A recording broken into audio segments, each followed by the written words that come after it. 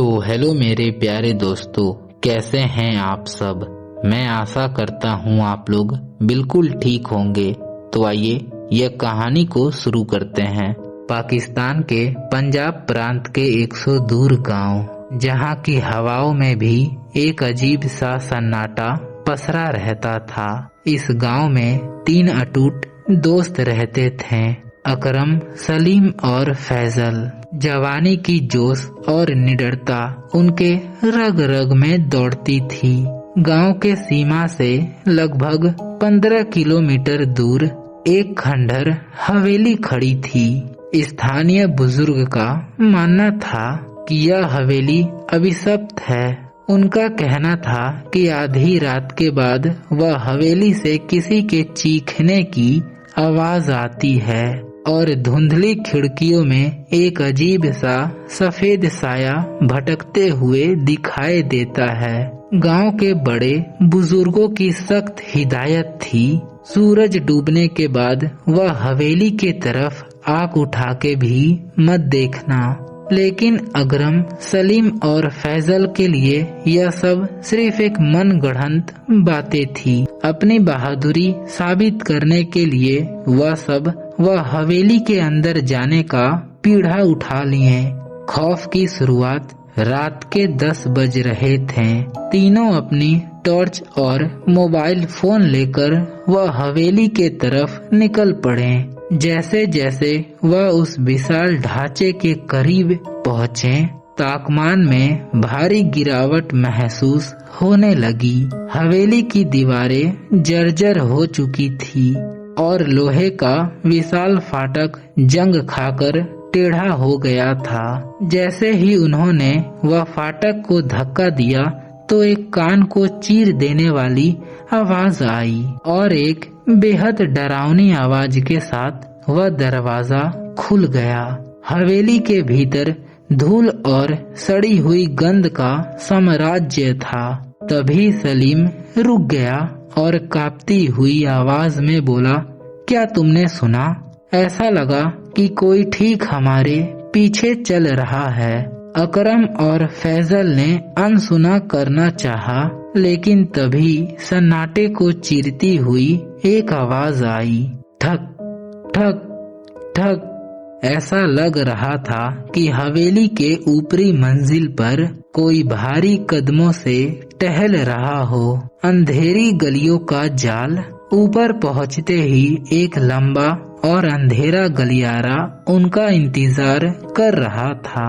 गलियारे के अंत में एक कमरा था जिसका दरवाजा आधा खुला था और अंदर से एक मध्यम नीली रोशनी बाहर आ रही थी।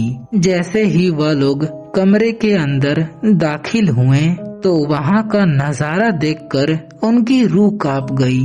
कमरा पूरी तरह खाली था, लेकिन बीचों बीच रखी एक पुरानी लकड़ी की कुर्सी खुद पर खुद बहुत तेजी से हिल रही थी। कमरे में हवा का नामो निशान नहीं था, फिर भी कुर्सी का हिलना कम नहीं हो रहा था। अकरम ने हिम्मत जुटाकर वह हिलते हुए कुर्सी को पकड़ने की कोशिश की। जैसे ही वह कुर्सी को छुआ तो कुर्सी एकदम रुक गई। फिर धड़ाम, पीछे का दरवाजा अपने आप बंद हो गया। फिर तीनों ने जोर जोर से दरवाजा पीटना शुरू किया, लेकिन वह हिलने तक को तैयार ना था। तभी कमरे के कोने से एक रूह को कपा देने वाली हंसी गूंजी तो टॉर्च की रोशनी वह कोने पर पड़ी तो तीनों की चीखें हलक में ही दब गई। वहाँ पे एक बूढ़ी औरत खड़ी थी जिनकी आंखें पूरी तरह काली थी और चेहरा झुर्रियों से भरा हुआ।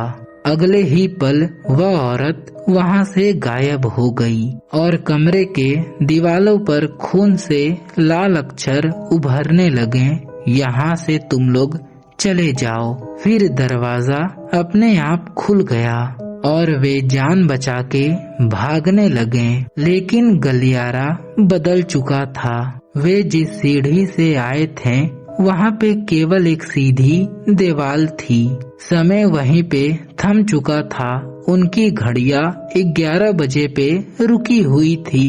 तभी नीचे से एक बच्चे की रोने की आवाज सुनाई दी। वे लोग भागकर नीचे हॉल के पास पहुँचे तो फिर उन्होंने देखा कि एक बच्चा फर्श पे नीचे बैठा रो रहा है। फिर सलीम ने उसे सहारा देने के लिए अपना हाथ आगे बढ़ाया और पूछा, बेटा क्या हुआ? फिर बच्चे ने जैसे ही अपना चेहरा ऊपर किया तो तीनों के होश उड़ गए। वहाँ पे चेहरा था ही नहीं, सिर्फ एक सफेद काली चमड़ी। उस बच्चे का गायब होना था कि पूरे हॉल में दर्जनों लोगों की फुसफुसाहट गूंजने लगी। अकरम को लगा कि जैसे उसके कंधे पर कोई बेहद ठंडा हाथ रख दिया हो। तो उसने पीछे मुड़कर देखा तो वहाँ पे कोई नहीं था, लेकिन उसके कंधे पर 5 उंगलियों के जलने की काली निशान उभर आई थी। फिर वे सब किसी तरह अपनी जान बचा के मुख्य फाटक से बाहर निकले। पीछे मुड़कर देखा तो वही बूढ़ी औरत वह फाटक पे खड़ी थी। उसकी आंखों से काला खून गिर रहा था। वे लोग बिना पीछे देखे गांव की तरफ दौड़ते रहे। उस रात के बाद उनकी जिंदगी बदल गई। अकरम को हर रात वही बूढ़ी औरत उसके सपने में आके उसका गला दबाती और यहाँ सलीम के घर में आधी रात को किसी के चलने की आवाज गूंजती है और फैसल के मोबाइल में आज भी अपने आप एक फोटो आ जाती है, वह हवेली की, जिसमें हवेली के ऊपर वही बूढ़ी औरत खड़ी होकर मुस्कुरा रही होती है।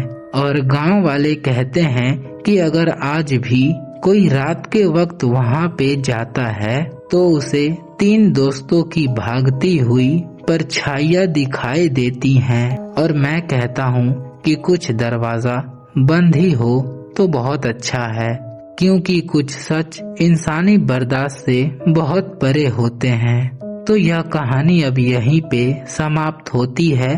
कहानी आप लोगों को कैसा लगा आप लोग मुझे कमेंट बॉक्स में जरूर बता दें, ताकि मैं अगला कहानी इससे भी बेहतरीन और डरावनी ला सकूं। तो आज के लिए इतना ही, मिलते हैं नेक्स्ट वीडियो में। Bye bye.